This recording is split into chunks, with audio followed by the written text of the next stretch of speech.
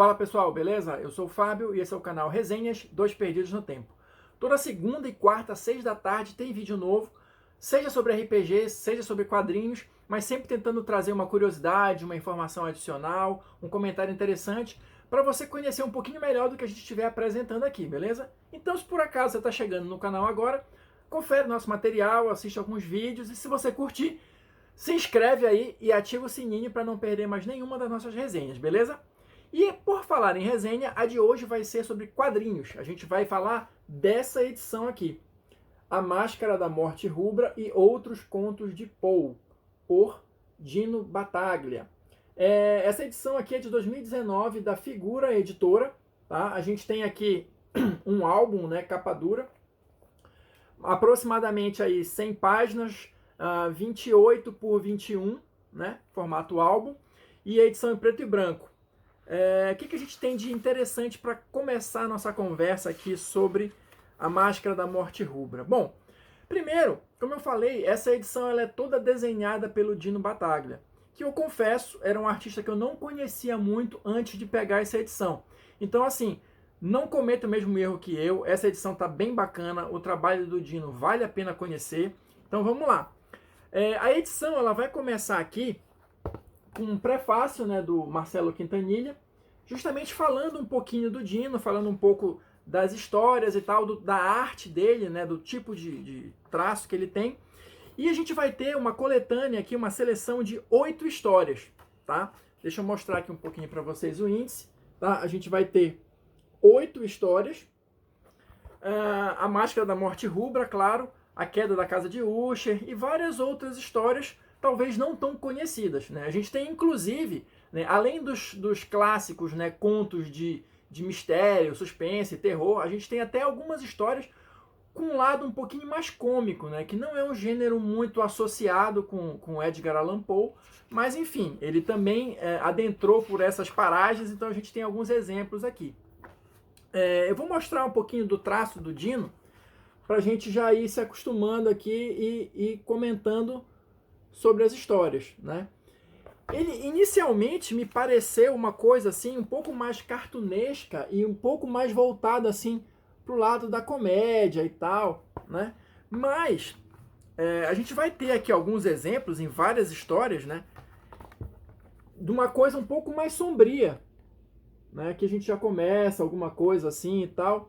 Mas eu acho que quando o momento pede, porque afinal de contas a maioria das histórias vai para esse lado aí, né, do terror, do suspense, ele consegue criar imagens, né, que nos provocam essa sensação do terror, né, da inquietude. Então ele é bem versátil nesse sentido, na minha opinião, né? As histórias todas aqui, elas foram publicadas na revista italiana Linus e elas saíram entre 1968 e 1981. No início de cada uma das histórias, ele vai apresentar aqui o título, né? Deixa eu mostrar aqui para vocês o título e o ano da publicação. Então, por exemplo, aqui o Ligeia é de 1969. Outra coisa que eu acho legal da gente falar aqui é que, olha só, para uma história de 1969, eu acho que o Dino Battaglia, ele tinha uma composição de página, né, em como é que eu vou dizer, uma composição de cenas, né, uma narrativa e uma composição de página no geral, assim, que eu acho bem bonita e até bem avançada, vamos dizer assim, né, não sei se eu posso usar essa palavra, mas enfim, bem diferente, bem avançada para a época, né, ele tinha um estilo todo próprio, né, que eu acho que casa muito bem com esse tipo de história, né, ele foi muito feliz na construção de cenas dele, né, na composição das páginas e tal. E é um traço que, se você inicialmente acha meio esquisito, acho que com certeza, ao avançar das histórias, você vai se acostumando e percebendo que ele consegue encaixar e adequar bem o traço dele para cada tipo de história, né? Olha só. Claro, como eu falei, essas histórias elas foram publicadas ao longo de vários anos, então às vezes a gente tem um salto muito grande de uma história para outra. Por exemplo, a Ligeia que eu falei ainda agora era de 69. A próxima história aqui já é de 71, né? Então a gente vai aqui 71, 73, 81, 72, enfim. Então, isso também vai mostrando para a gente um pouquinho da evolução do traço do Battaglia ao longo desses anos todos, né? A gente tem aí mais de, sei lá, quase 2 décadas, né, de trabalhos dele, de 68 a 81. Olha só, ele tem umas coisas que eu acho bem legal, assim, ele consegue dar uns efeitos, olha, tipo de fog, de penumbra e tal, enfim. Eu acho bem bacana, bem interessante de analisar e de realmente prestar atenção nos detalhes do traço dele. E outra coisa que eu acho interessante também são as histórias em si, porque é importante a gente falar que essas histórias, elas, né, vistas com os olhos de hoje, talvez elas não sejam assim tão impactantes ou tão aterrorizantes, né, vamos colocar dessa forma, mas elas não deixam de ser instigantes em algum aspecto. Porque olha só, eu acho que era bastante comum na literatura do período, né, você às vezes deixar a história no clímax.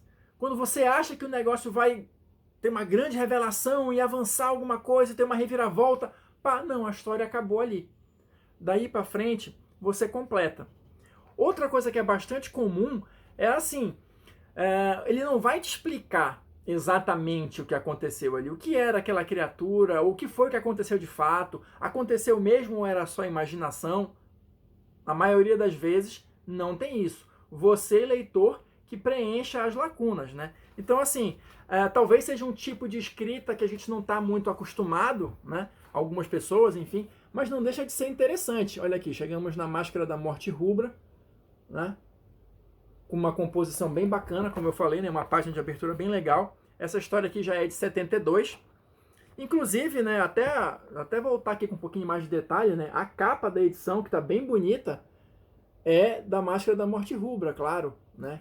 Já evocando ela aqui, enfim. Mas voltando, tem essas particularidades, né, se eu posso chamar assim, em relação às histórias, né? Mas não deixa de ser uma leitura muito interessante. Olha aqui, deixa eu mostrar mais um pouquinho.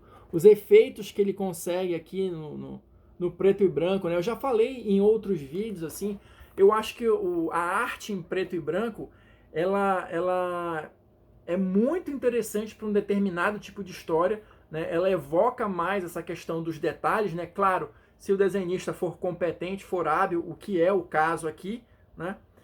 E eu acho que essa edição, de fato, ela só tem a acrescentar para quem é fã, né, do Edgar Allan Poe, ou quem quer conhecer, de repente, ter um primeiro contato com as obras dele, né, ver se curte o estilo, apesar disso aqui ser uma adaptação, elas me parecem ter sido bem fiéis, né, aos contos originais, né? De repente é uma maneira interessante de você ter um primeiro contato e depois partir para a leitura mesmo da prosa, das obras do Poe, né? Que é uma grande influência até hoje, né? Nesse gênero, né? Do mistério, do terror, enfim, é considerado justamente um clássico do gênero. Então, essa edição é extremamente interessante, né? Eu vou avançar aqui um pouquinho. Eu quero mostrar que só no final, olha, a gente ainda tem, depois das histórias todas, a gente ainda tem aqui uma entrevista que foi concedida pelo Battaglia em 1981. Ele não era um cara que gostava muito de dar entrevistas, ele tem algumas opiniões bastante particulares assim sobre ele mesmo, sobre o trabalho e tal. E isso tudo vai ser um pouquinho melhor explicado aqui nessa edição, né? Além de falar um pouquinho mais sobre a vida dele, né, sobre a carreira, a gente tem um insight aí sobre os pensamentos, né, as ideias do Battaglia, que é bem interessante. E aqui no finalzinho também uma biografia um pouco mais resumida dele.